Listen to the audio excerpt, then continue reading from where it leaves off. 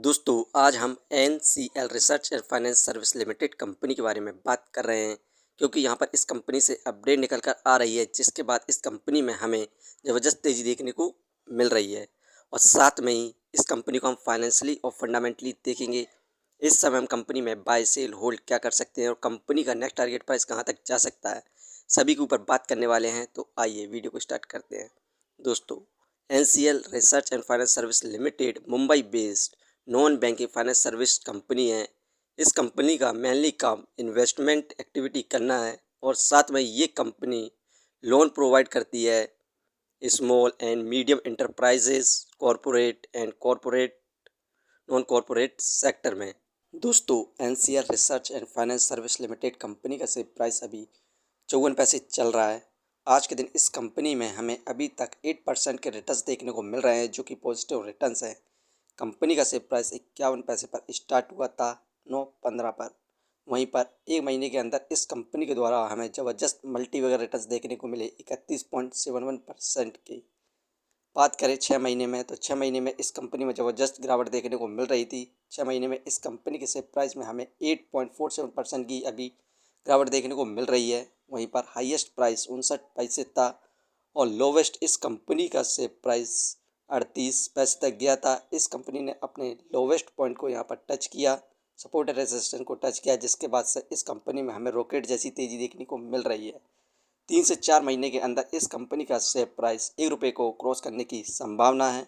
दोस्तों, इस कंपनी से जितनी भी अपडेट निकल कर आ रही हैं उन सभी को हम देखें तो यहाँ पर इस कंपनी का जो Q3 रिजल्ट आया था, इसकी परफॉर्मेंस की बात करें तो नेट प्रॉफिट हुआ था इससे 0.41 करोड़ का। डाउनफॉल देखने को मिला था हमें क्वार्टरली बेसिस पर 58.16% का। वहीं पर ईयरली बेसिस पर इस कंपनी ने शानदार प्रॉफिट गेन किया था, इंक्रीमेंट देखने को मिला था 207.89% का। रिवेन्यू 2.13 करोड़ हुआ, डाउनफॉल देखने को मिला हमें ईयरली बेसिस पर 41.64% का। इसे आप फाइनेंशियली भी यहाँ पर देख कर समझ सकते हैं। दिसंबर में 38 लाख का लॉस हुआ था, मार्च में प्रॉफिट गेन किया 10 लाख का, जून में अच्छा खासा प्रॉफिट गेन किया था 2 करोड़ का, सितंबर में इसे कम प्रॉफिट हुआ 98 लाख हुआ, दिसंबर में इस कंपनी को कम प्रॉफिट हुआ था 41 लाख का। क्वार्टरली बेसिस पर ये कंपनी अपने प्रॉफिट को कम करती जा रही है। यही कारण है कि हमें लंबे समय से इस कंपनी में गिरावट भी देखने को मिल रही थी। लेकिन इस कंपनी का कुछ दिनों बाद नेक्स्ट क्वार्टर का रिजल्ट आने वाला है, उसमें यहाँ पर एक्सपर्ट के द्वारा कहा जा रहा है कि ये कंपनी प्रॉफिट गेन कर सकती है, प्रॉफिट इंक्रीज हो सकता है, जिसके बाद से इस कंपनी में हमें तेज़ी देखने को मिल रही है। इस कंपनी की हम बोनस और स्प्लिट हिस्ट्री को देखें तो यहाँ पर बोनस 2014 में इस कंपनी ने हमें दिया था 4:1 का, एक शेयर के बदले में 4 शेयर दिए थे।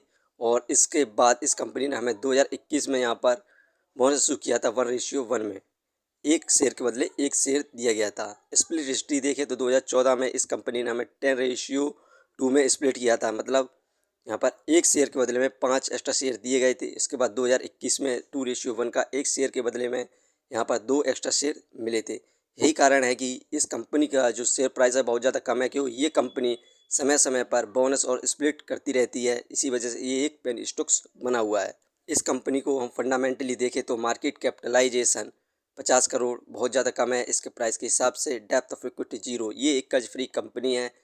रिटर्न ऑफ इक्विटी 2.07 है, ये हमें पर ईयर 2% के रिटर्न दे रही है, क्योंकि इस कंपनी में हमें लंबे समय से गिरावट देखने को मिल रही थी। अर्निंग पर शेयर 0.03, ठीक है। डिविडेंड दे नहीं रही है। बुक वैल्यू 1.08, ठीक है। Face value 1। दोस्तों, ये कंपनी फाइनेंशियली और फंडामेंटली बेस्ट है। और यहाँ पर नेक्स्ट क्वार्टर में यदि कंपनी का प्रॉफिट इंक्रीज होता है तो इस कंपनी का शेयर प्राइस 1.5 या 2 रुपये के आसपास जाने की संभावना है 6 महीनों के अंदर। तो आप इस कंपनी पर नज़र बनाए रखें और ये कंपनी शॉर्ट टर्म में हमें अच्छे खासे रिटर्न देने वाली है। दोस्तों, ये कंपनी सिर्फ एजुकेशन पर्पस के लिए थी।